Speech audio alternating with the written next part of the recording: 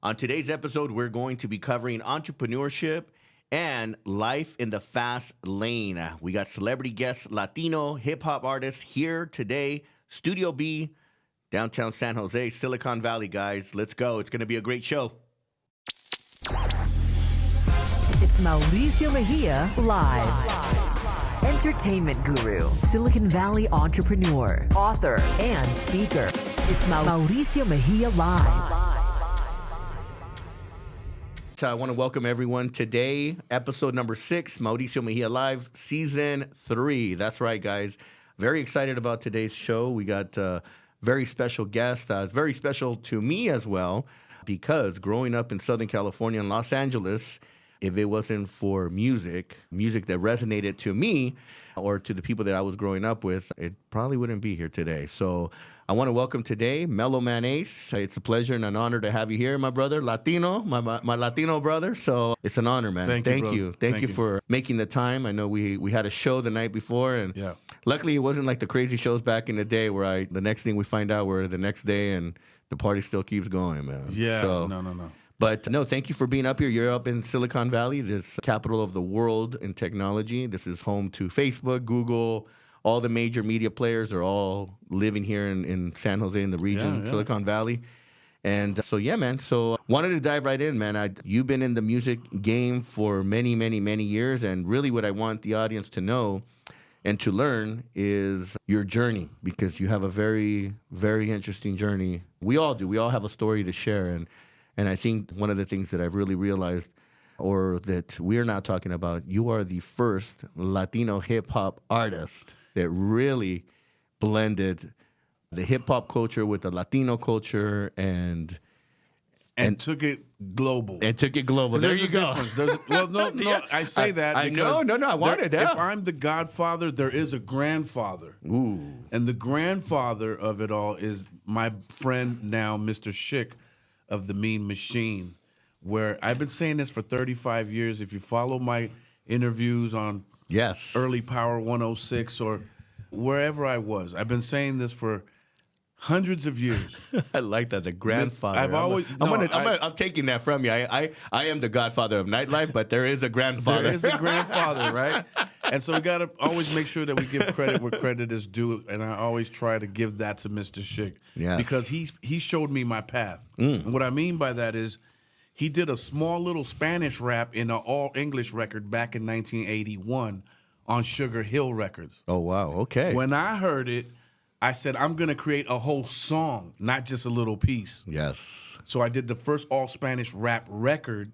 Then I got more creative, and I said, how can I make this different? Well, actually, it was Tony G's idea. He said, come back to the studio with this one bilingual. Okay. And that's how I wrote Mentirosa and created that bilingual style. Or we call it Spanglish. And where were you living at? Where was this all being brewed? Because you're not from L.A., right, my brother? I mean, you weren't raised in L.A. Or I'm a Cuban refugee. Okay, all right. I came over in 1971. I swam here. No, just kidding. Just kidding. That's a long swim. That would have been 90-mile swim to be correct. But no, I actually won the Cuban lottery to get my family off the island. Nice. It's like you play the lottery, you hit the numbers, and you win, right? Yeah. In Cuba, they were doing that to get off the island. If a certain family member had a certain number when he's born, and you can leave. Wow. And so I hit that, and then we landed in Southgate, California, and that's where I started to hone my skills. So you bypassed Florida, or did you? We got claimed in Florida. You had to get claimed in Florida. We got to give Florida some credit, man. No, absolutely. But I spent small time there. I mean, we got claimed by an uncle, my Uncle Robert, who then took us to their house. I believe it was in Elizabeth, New Jersey. Okay. From there. And we were trying to figure out, my parents and the government were talking about where we wanted to live. And my parents chose California. Wow. Because they said, okay, we don't like snow because we're Caribbean people. Yeah. So we don't want to be in New York. We don't want to be in Chicago. Yeah. And they said, well, what happens in California? They said, well, the ground shakes every 20 years. And they were like, let's go there. You know what I mean? Let's go there. We'll take some chances with that. And that's where we relocated to. Yeah. So that's right. Because, there's a lot of history in Southgate. with you and your one of your family members and the whole crew. I mean, I'll let you tell that story because I find it very amazing. Again, growing up in the streets of LA, seeing how music influenced us as young kids. I mean, I'm 47 years old, man, and started at a young age in the world. I got to see. I wasn't playing with toys or having that. I had to grow up at a very young age and start to get my hustle on because I was just tired of being. Well, I was tired of seeing my mom. I grew up with a single mom, and I was just tired of seeing or hearing that she couldn't afford things or that we couldn't have the cool shoes or the cool clothes. And kids are fucking brutal, man. And I mean, even today, I mean, but back then, the teasing, right? So for me, it was, I used that as my motivation to get take it to the next level. That's awesome, man. Yeah. So for me, it was, and that's part of where what the roots are for me. That today is, I use those past experiences to just, hey, there is no to me, and there is no I can't. No, I will do it, and if not, I will find a way. And I continue to share that with the world because that's really what I want to do, and that's why today we're here, and I'm just fascinated because to have an icon like you in the Latino community, the hip hop community, we just celebrated 50 years of hip hop last year, and I think they missed a few. They how about the Latin hip hop culture, all the big influences that the Latinos had also in the hip hop community. I mean, growing up in LA, we got to see NWA develop, Ice Cube, Dr. Dre, Cypress Hill, all the different Latin artists that started coming out after that. And I know you're gonna be able to share that history with us. I mean, there's a lot of great history with people that did your stuff. I mean, you're one of the top songs in the world, Mentirosa, was like the hottest track at all the hottest nightclubs. I mean, you walked in and it was on. Yeah, I mean, crazy. I mean, you mentioned a lot of different things. Yeah. And I could go in a lot of different places because here. it was all happening at the same time, right? Well, I mean, first you mentioned, the struggle, right? Yes. Growing up in a single parent household, yes. Right? I had the luxury of having both parents, but one thing that I had as my ace in the hole was since I won the Cuban lottery for my family used to call me the Lucky Charm as a young boy. So I always felt like I was destined for something. And when the gangs came trying to recruit me and things like that would come, I was able to sidestep that by knowing that I had a greater calling. Yes. Right? Cubans come to this country a lot like many other Latino families. We come here to prove a point. If given an opportunity, we will be better and we can do much more than our own countries was letting us be. That's right. I'm no different. I grew up with that Lucky Charm tag, so I felt like, okay, maybe not like an arrogant, like, oh, I'm better than you, right. But no, I have a purpose. I can't do that. Yes. I'm going somewhere. I can't join you. That's right. And along with one other guy, there was one cholo in my neighborhood. His name was Leonard. He ultimately blew his own head away in a game of Russian roulette at a ditching party, but he kept a lot of the gangs away from me. And I'll never forget his name. He died in 1979, but I'll never forget because he kept all them dudes, leave him alone, leave him alone. If I see you step into him, And Leonard, rest his soul, man, he really helped me to, like I said, I had to sidestep him, but Leonard was also there to go the fuck out the way. So that's, for me, how I was able to stay focused, locked in. Yes. Wasn't a very good student at all. Wasn't smart in class. I was a class clown because I was behind the learning curve a lot. Yeah. Coming as a Cuban refugee, my English was like Sammy Sosa. Yeah. Baseball has been very, very good to me. Yeah. I liking the girl. Yeah. I have one cup of coffee, my friend, shit like that. Yeah, we were the Cuban refugees, so we had nothing. Yeah. We had the skips, the off-brand shoes. Yes. Me and my brother shared pants on Wednesdays and Thursdays. You know what I mean? So we had the hand-me-downs and the whole thing. And so for me, it was embarrassing back then because, kids are brutal. Kids are brutal. And in junior high school, especially, you get ridiculed for not having Adidas, Nike, Pony, Jordans at that time. Oh, yeah, it was crazy. Crazy shit. Now I'm 56 years old, so I'm a little older than you. So the brands were different. But they evolved. Yeah. Doing that, it helped me to understand. Like one day, I'm gonna have a wall of white shoes, and nobody could tell me shit. That's right. And I'm gonna grow up, and I'm gonna buy every freaking white pair of shoes I could buy. Yeah. So today, if you go to my house, I have that wall now just to prove a point. Yeah. Fuck all you motherfuckers. Yeah. That laughed at me in junior high. Yeah. I don't know. I did the same thing, by the way. I got to the point where I bought me a pair of Air Jordans that I wanted, and they cost me a fortune, but I didn't give a shit. And they're sitting in a box, and I know where they're at. Yeah. And it did something for me just to reinforce that as little as it was something very big for me. Sure. The pinnacles that I've had in my life, when I've reached certain parts, it's because nothing was going to stop me. Nothing was going to hold me back. Yeah. Nothing. I felt the same way. I got 8 pair of them now. They're all $350.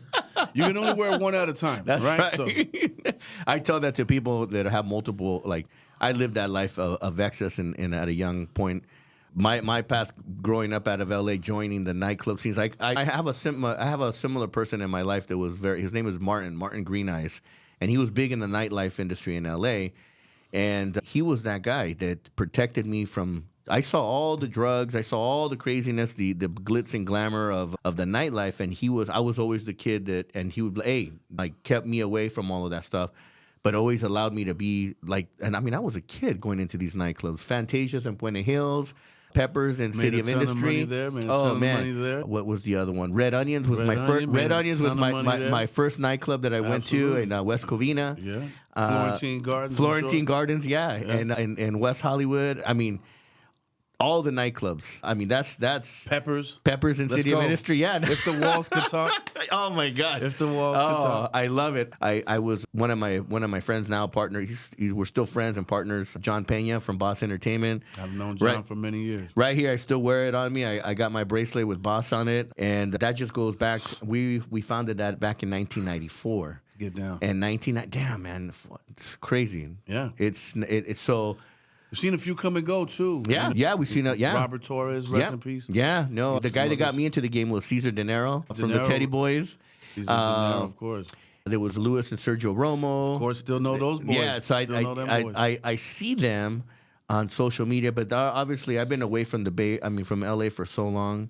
I moved up to the Bay. Crazy story. I wrote about it in my book. When we lost everything too, my mom, again, just the instability of where we were at in life, I ended up here because literally I almost killed somebody when I was a kid. Mm-hmm. And it was one of those things of growing up in the streets. I was exposed to a lot of gangs when I was a kid, but I never was a part of it because I just knew I had a bigger calling, right? Mm-hmm. God was guiding me and telling me that I belonged to do other and greater things. When that situation came up, man, where life challenged me, and literally I was about to crack this guy in the head because one night in the early 90s, PCP was a big thing, and these kids used to lace up their joints with PCP. And I don't know what that stuff ever did, but from what I saw, man, it made people go crazy. So one day I came home from academy and calling me names, you spick, wetback, fucking blah. And that thing fired me up. I was like, oh no, motherfucker. I'm going to show you what the streets have taught me. Mm-hmm. And I literally was going to crack it. Back in the day, The Chronic was, I can even hear the song, The Chronic on the background, where I was going to grab the bat and just crack this dude in the head just for the insults. It wasn't because that's who I am, but it was such a painful time in my life to be reminded. Mm. But again, I used that as my therapy and my rocket fuel to keep catapulting me to where I'm at today. Similar to the experiences that you probably had. Well, I've done PCP, so I know exactly what it feels like. There you go. So I have no clue of that. I mean, but again, life in the fast lane, right? We music, the industry, we jumped onto this track now of life in the fast lane, entertainment, the glitz, the glamour, the money. Well, for me and my crew, Cypress Hill, look, none of us graduated from high school. Okay, we've accomplished everything we have without a high school diploma. But one thing we did do, we were experimental. We were very experienced when it came to trying things for the first time. Yeah. We were dipping and dabbing into anything and everything that we could get our hands on. Hence, when they came out, the marijuana was the thing for them. Right. Right. And so we became very experienced in the streets. We had a lot of friends that were connected, whether they were in Mexican gangs or black gangs, the Bloods, the Crips, all of that. I think for us, the main ingredient of it all was always the music. Yes. The dancing, the being able to DJ. These things, these gifts, if you want to call them, that you have to sharpen yourself, right? They don't happen by themselves. These things, that was the key to opening the globe for us. And so for any kid who's watching right now, if you come from, whether it's a single parent household or you're a refugee and you just got here 2 years ago, you don't know what you want to do, listen to what your heart is saying to you to do. Follow your heart, because your heart doesn't lie. Mm-hmm. It won't lie to somebody else, but it won't lie to yourself. And if you follow that, I think you'll have a recipe for success, because once you set your mindset to something, you're usually going to accomplish it. Yeah. Whether you just want to be a piece of shit on the street or somebody of importance. Yeah. It takes energy to be both. That's right. That's right. Yeah. And luckily, we took paths. Again, I say they're similar paths. I took the route of energy, of positive energy. And at a young age, again, God was exposed. My mom luckily wanted to keep exposing me to better things. And she did. And part of the reason why when I hit that fork in my life of, do I join the gangs and kick it with the gangs, or join these pretty boy promoters and go have fun and live a positive life? I chose the fun party life, because to me, LA gangs and being in that scene, it was either drugs or being killed or in jail. And that wasn't where my mindset was at. That's not where God was taking me. Right. I know there was something bigger that was guiding me at that time in my life. So yeah, it just, I chose the path of nightlife. And for me, passing out flyers and getting into the nightclubs and hanging out in the VIPs was my excitement. But that also came, that also developed into a lifestyle that I started to become as I got successful in the industry. When I left LA and I came to the Bay, I was the only Latino promoter with that Latino edge and vibe. Mm-hmm. So what I did was I brought that street experience, that just excitement, and that is what got me to where I became a dominator in the nightlife scene in the Bay Area. Started in San Francisco, and then I found my home here in San Jose, and dominated. I made my first million at 25. I mean, I was killing it. 28 multimillionaire, fucking rolling in a Ferrari 360 Spider.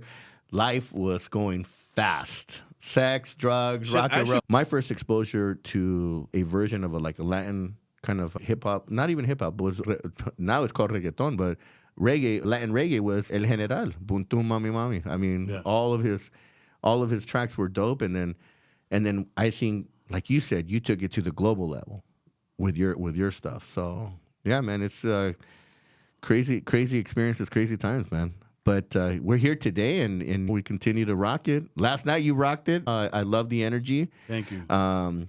You brought your partner. She did the Shaka Khan song. Man, I was like, and that's Shaka Khan is one of my favorite songs. And I grew up and that's an 80s song. I remember I was like 8 years old when that song, and Shaka Khan, that energy of that song, man, so she took me down memory lane for a quick minute, and I was like, oh man. Well, that's why we do that part of the show. You know? The show, as I entertain, for the last 35 years, I've always tried to have a theme to the show, a theme that I could follow. And at the theme where I'm at now, it's basically, it's all about good music. Yes, I caught that last night. So man. I beat that into your head subconsciously. Yes. And it's all about good music. When you leave the show, you're talking to your partner, it's all about good music, babe. Yeah. Fuck what's going on today. And these kids don't know whatever, right? So having Abby there do that part of the show makes absolute sense. for me. So shout out to Abilosis, who's over here in the corner over here. Yeah, no, she was amazing, man. Her voice, she hit it. I was like, oh man, I'm like, she's always trying to get me to change the song. Like we've been running it for a year now, year and a half maybe. And I'm like, if it ain't broke, don't fix it. Yeah. She wants to change it to something by Tina Marie. I said, if you change that to Tina Marie, you better stick the landing on that completely, because Latino fans are really crazy. They'll throw shit at you if you don't stick Tina Marie. No, the show was fire, man. Talk to me about that. I mean, so let's take a step back though too, because you went global, obviously in your early career. Just a young man. Yeah, man. Yeah. I mean, I before you got here, for some inspiration, I was playing Mentirosa. I was just, and then I looked at you had this baby face, bro. I was like, oh man. I'm like, obviously we all age and we transform a little bit, right? Life. But talk to me about what was going on through you in that point, because we touched a bit about it. Obviously, you and the people that were around you, man, were pivotal. I'm gonna paint it to you this way. Yeah. Please. Have you ever wondered what it was like to be Elvis Presley for a day? No, I've How about Michael Jackson? Yes, Michael Jackson. Okay. Yes, Somebody you can identify. Yes. For me, I don't know if it was Michael Jackson like, size, but it was just underneath that. Yeah. You know what I mean? Imagine you're a Cuban refugee, you got nothing, you grow up very little, now you come up with an idea like your punching bag that it has the potential to make you a godzillionaire or whatever, right? Yes, Okay. yes. Imagine going as a 20-year-old to Colombia, Puerto Rico, Costa Rica, Panama, yada, yada, yada, yada, yada, yada. And everywhere you go, before you even get off the tarmac, this was before they had that tunnel from the airport to the plane like they do now. No, you had to go down the stairs of the airplane, walk the tarmac, and then you go up the 200-300 journalists waiting for you at the tarmac, to where you couldn't even get to the ramp without giving them all their interviews, because they're not going to have it. You came this far. Yeah. We want our interview. So imagine that. Your crew has gone to the hotel hours ago, and you're still there doing the interview. Wow. At the airport. The next day you wake up, and you got a mountain this high of newspapers in front of your hotel door. All the interviews you did last night, they ran them, pressed them, and had them ready for the people the next morning. Until you felt that type of or seen that, like you said, or the time I'm in Colombia and we're getting ready to go on, I'm opening up for Air Supply. 60,000 seater Estadio Nacional. Mm-hmm. A bomb, an explosion goes off. Turns out Pablo Escobar's people, cartel, blew up a military Jeep. Here, me and my team are thinking, we came all this way, there's no show. No, the party's still gonna Promoter go. walks in. Hey, you're on in 5 minutes. Me and my team are looking at you like, what the hell? I ain't going out there. They done blew up some shit. And they're like, no, this happens here all the time. It happens all the time. It's normal. It was normal.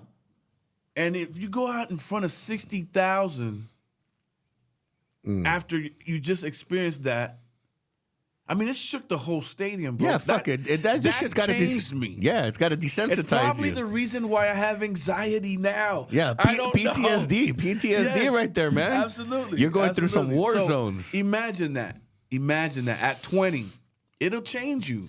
It'll change you a little bit. Yeah. You know? And so you do the best you can. Try to remain humble, and you try to be peaceful and show love to the people, and hopefully it's reciprocated and given back to you. And I think I've been able to make a career like that. I think having longevity in the music business, when you have a classic, okay, great, but there's more to it. That's right. You have to put it all together. You have to sell the T-shirt. You have to do the show. You have to come do the interview.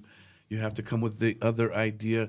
You have to. Yeah, it's an art. You put it all together with the royalty checks that come in, and you put it all together, and lo and behold, somehow, music's aura was there to thank me. Yes. When times you didn't know how long this success thing would last. Right. Because when you're young, when you're 20, 21, oh no, I'll be famous forever. This is not gonna stop. Fuck all that. Fuck you. Yeah. You know what I mean? Yeah. Oh, yes. Yes. Oh, man, yes. And so you think it won't come to an end, and then one day your record fades to black. Oof. Yeah. And here comes the next batch of kids. Oh. The Tribe Called Quest. And the Cypress Hills and the Black Sheep and the Das Effects and you're like, holy shit. Hold the boat. I'm not done. We're not done. I haven't finished my 15 minutes. You know what I mean? Yes. And now you're going to shoot more hot shit out here? Yeah. And so now you start looking at it as a competition thing. How many units did you sell? How many cash registers are you turning around the country? How many radio stations have you on rotation? And every number counts, right? Mm-hmm. So when you start to experience that for the first time, you start to go, wow, this is really a business. Yeah, well, yes. No, when you first get in and you're rapping and you're doing your thing, you don't look at it like that. You're just like, where the bitches at? You know what I mean? No, for real. I'm not trying to be. No. It's like you in the nightclub. Don't tell me. I'm gonna tell you. You did the clubs and once you said, where the hoes at? Come on. Hey, let's keep it real. I catered to females. That's why my nightclubs were all 80% of it was filled with females, and they all got in for free. I know. You ran with John Pena. Yeah. I know exactly who the fuck. I know. It's funny you say that because you're right. There's your version, and then there's a version that I had on the operator owner power side of it, right? I always tell people pre-2008, Mauricio, because 2008 was the point of my life where it imploded. I went from Ferrari to Ford Focus. So I had too many cars that I could only drive one. I had a fish tank, Mellow. It was a 350-gallon saltwater fish tank with a baby black tip shark. First of all, they're illegal. Yeah. They look like little mini great whites. You and Ice-T are the only two cats I know I ever had one. Yes. Hey, I had that shark, and that motherfucker actually used to give me anxiety, right? I'd come back home from the night, and I'm fucking on one, right? I'm like, oh, shit, this fucking shark doesn't want to stand still. I'm like, it was fucking bananas, man. Yeah, life in that fast lane. You're right. It's not forever, and there was the hey, fuck you guys, fuck whatever, dude. There's also an adrenaline thing that happens. It's the dopamine. It's like today's likes. It's the dopamine. You're right. It's like the likes. Because one day you could be in front of 60,000 people, but when that record fades to black, you're now only in front of 150 people. Yeah. Who may have come to that show. Yeah. And they're like, damn, Mellow Man Ace. They're still treating you like a king. Inside, you go, God damn, I was just rocking 60K. Yeah. How does this happen? It's a weird dynamic. Yeah. Oh, I felt it too when I faded out of the nightlife. I was like, yeah, right. Motherfuckers, I was rocking 10,000 people every 5,000 every week. You know, you do an event and I don't know, 25, 30 people. I'm like, what the fuck? You know who I am? I'm Mauricio Mejia, motherfuckers. What the fuck? What's going on? And I'm the greatest promoter of all time, right? I'm just that. But it's the fucking bullshit we fed ourselves, and then when life catches up, and the next batch of promoters, the next batch of artists. There's always that next batch, and they're hungry, and they want to take your head off. Yes. They do. They want to shit on you. Yes. They didn't like it. That you know what I mean? That it wasn't them. I call it the Benny from the Bronx. Back in Benny Blanco. The Benny Blanco fucking move, right? In Carlito's way, right? He shunned them. And then what happened? He shanked him. Got him in the end. Yeah, got him in the end. So it just that's I mean, fuck, man, life. I love it though. Today I pivoted along the way because I also knew that what I wanted to do in my life, and I wanted to diversify. In the nightlife, I pivoted. I put my money into real estate, into other investments. Sure. So for me, I would always tell people, I'm like Batman. I'm Bruce Wayne during the day and Batman at night. I had it going on, and I was disciplined. Luckily for me, my vices didn't take me out of the game. Who was your mentor in that? So my mentor, his name was Harry Evans. Harry Evans was the godfather, now grandfather, right? He was the godfather of nightlife in the Bay Area. Literally, He is immigrant out of Iran, came to the United States, went to USC, graduated in cinematography, aka pornography. I tell them, I was like, come on, you're a director, right? I'm looking at this fucking dude. I'm like, oh man, he just had the look, but I love him. He became my mentor here in the Bay Area, and for me, having a mentor and then having an open checkbook to do an experiment and create the things that were just coming out of my mind to stay above everybody. Like, this guy's still around? Yeah. I need a loan. Goddamn. Yeah. No, I got you, bro. We're gonna be talking some business here. This is where some great ideas start. Yeah, but he's still around. He's 86 years old. Good Lord. I'm actually gonna be bringing him on the show. I want to talk about, and I'm gonna coin that. Harry, you're the grandfather, and I'm the godfather now. Yeah. Yes, and we talk about that about Nightlife and the stories that he shared. I mean, man, it's crazy because he knows you guys have probably all performed for him back in the day in the early 90s when you came up through the Bay Area. Because I know your songs. I mean, you were probably at the Paradise Beach up here. All the KMEL jams. Yeah, all the KMEL jams, the Studio 47 events, the San Francisco nightclubs. So I know that your fingerprints are all over the Bay. They're all your influence is all over. I'm one Bay. of the lucky ones, really, because I never put myself out there in a way that represented anything other than good times. Good times, good music. Good music, good times, and a positive vibe. My thing was always peace wherever I went, and I still have an open door up here and get so much love. I always used to say the best place to perform is San Jose, California. There you go. I've said it 1,000 times. They asked me, "What's the best place you ever perform?" I always bring it back to San Jose. Yeah, we're gonna be working on some stuff. I know that the last couple of times I've missed it because it's just timing right now, right? The last couple of years have been weird, obviously coming out of COVID. This year, 2024, we've locked up 8 block parties. We're working on 2 concerts, and in one of those, we're working on the themes, right? Because we can't strike on these. Even though if we strike, it's okay. They're learning lessons. But last night was to me to see you and connect and see the energy. And then bringing along we got the party started. Yeah, you did. It was for me. It should have been the opposite. We should have had Rodney O and Joe Cooley open up, and then you close it because I told you in my heart of hearts you're the headliner, right? Right. There was some mechanical issues backstage, and I made that executive decision. No, I'll go first, and that was it. All worked out at the end. It all worked out. Yeah, and at the end of the day, everyone had a great time. And we made it today, and we're here to talk about it. But yeah, man, I've always. So you were scouting. Yes. I read between the lines. You were scouting me to see how I'm still doing. Hey. No, look. I'll be perfectly honest with you. During COVID, you mentioned COVID a little bit ago. Yeah. During COVID, I did something that most artists wasn't doing. Number one, I was playing a lot of golf, okay? A lot of golf because golf courses was the only thing that was open. But number two, I reached out to Abby because I saw her on Facebook one day and she was playing percussion. And I said, man, why don't I take this time to learn percussion? Her being a teacher, a music teacher for many years, piano, guitar, all these other instruments, she said, yeah, I charge this much money. I was like, yeah, let's go per hour. So I learned. She taught me how to play congas. Nice. And since the bongos are very similar, just smaller. Yeah. I learned those at the same time, following along the same way. So I took the time to learn 2 instruments during COVID. And I didn't post it on social media that I was learning this because I didn't want the Kid Frostes. I didn't want the Rodney O's. I didn't want the DJ Quicks. I didn't want nobody knowing that when COVID is over, I'm coming at you motherfuckers. With this type of steam, right?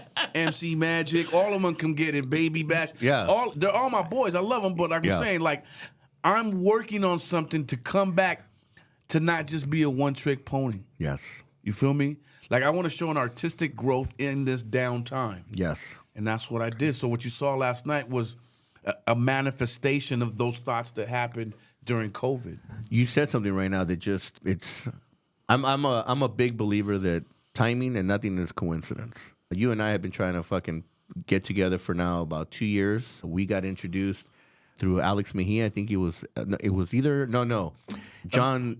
I want to say is it Serrano? John. He's out of here. He's out of the Bay Area. He's on a radio station. I want to say it was for that show Napa Valley. No. I was not. I was not. Napa Valley? Anyways, there's a cat on the radio out here, John, who introduced us, and then that's how we just started getting the ball rolling. I got you on my show, and then we just started talking.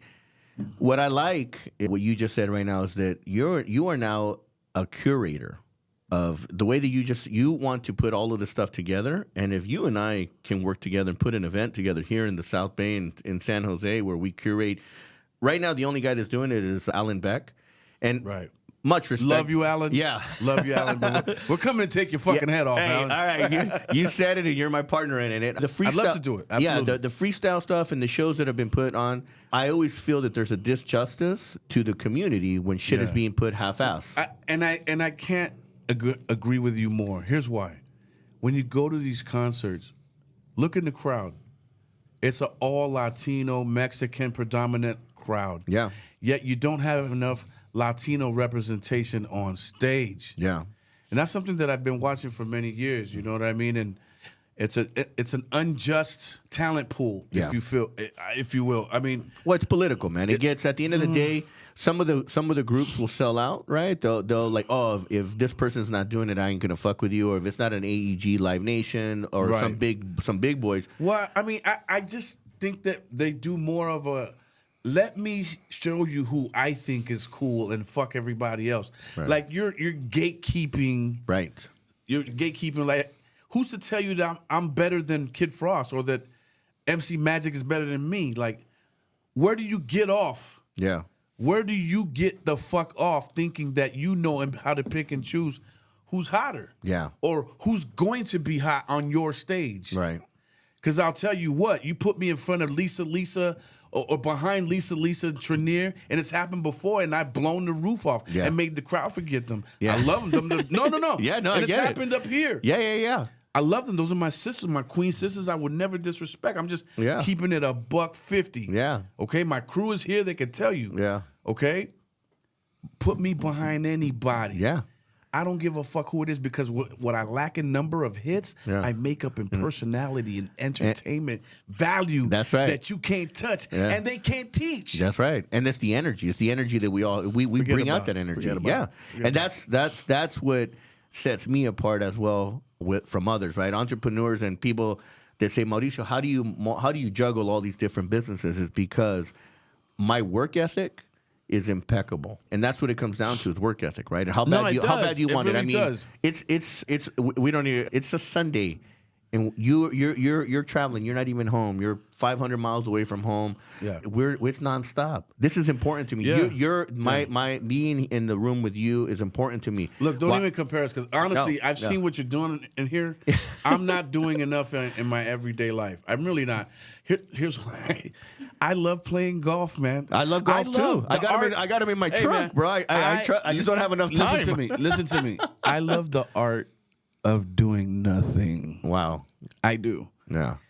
Smelling the roses outside in the beautiful Zen garden up there at the house and just watching old mafia documentaries.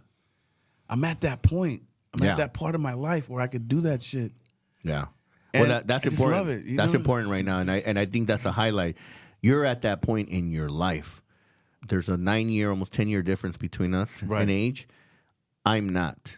My ambitions are to become a Latino billionaire. Well, and you're in Silicon Valley, of course. I'm sure, like all these kids, this guy here is already waking up like, I'm going to take your fucking studio one day. Yeah, I fucking hate you. And if they don't, then I'm not doing my job. Right. Because my job is to fucking set the standard and to create different levels.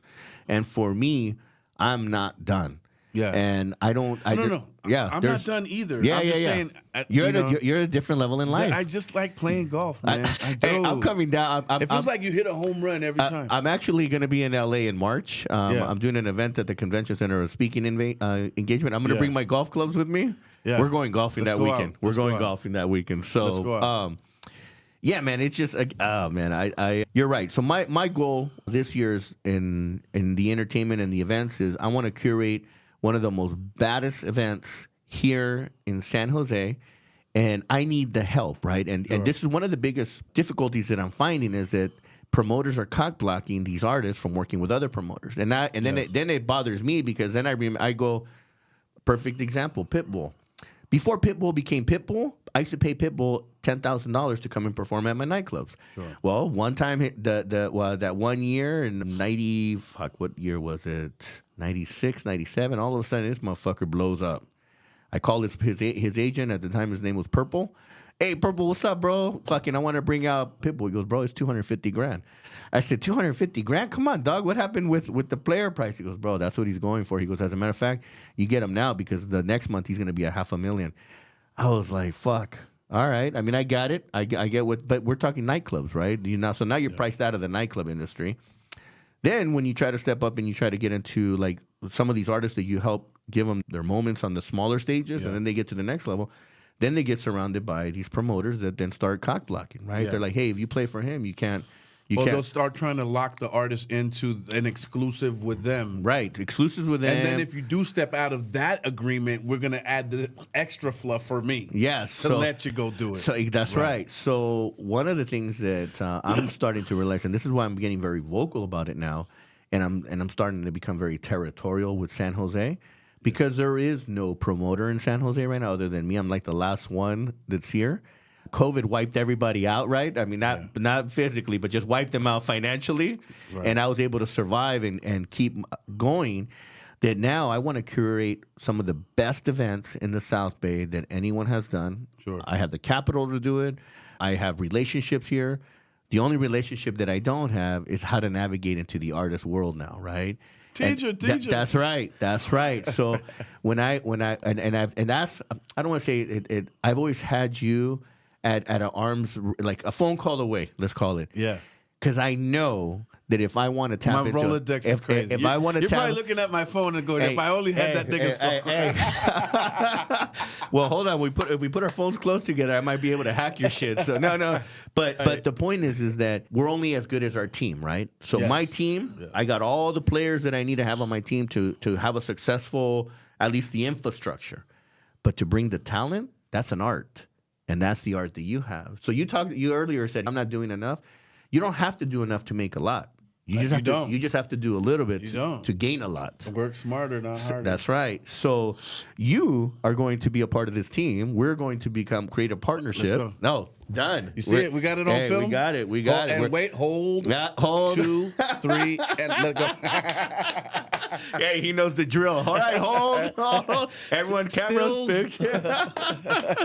Yeah, no, I'm a believer that we can rock San Jose. I believe it too. We can rock the South Bay, and the relationships that we have. The fan base is already here. It's already proven. Yeah. Right ticket.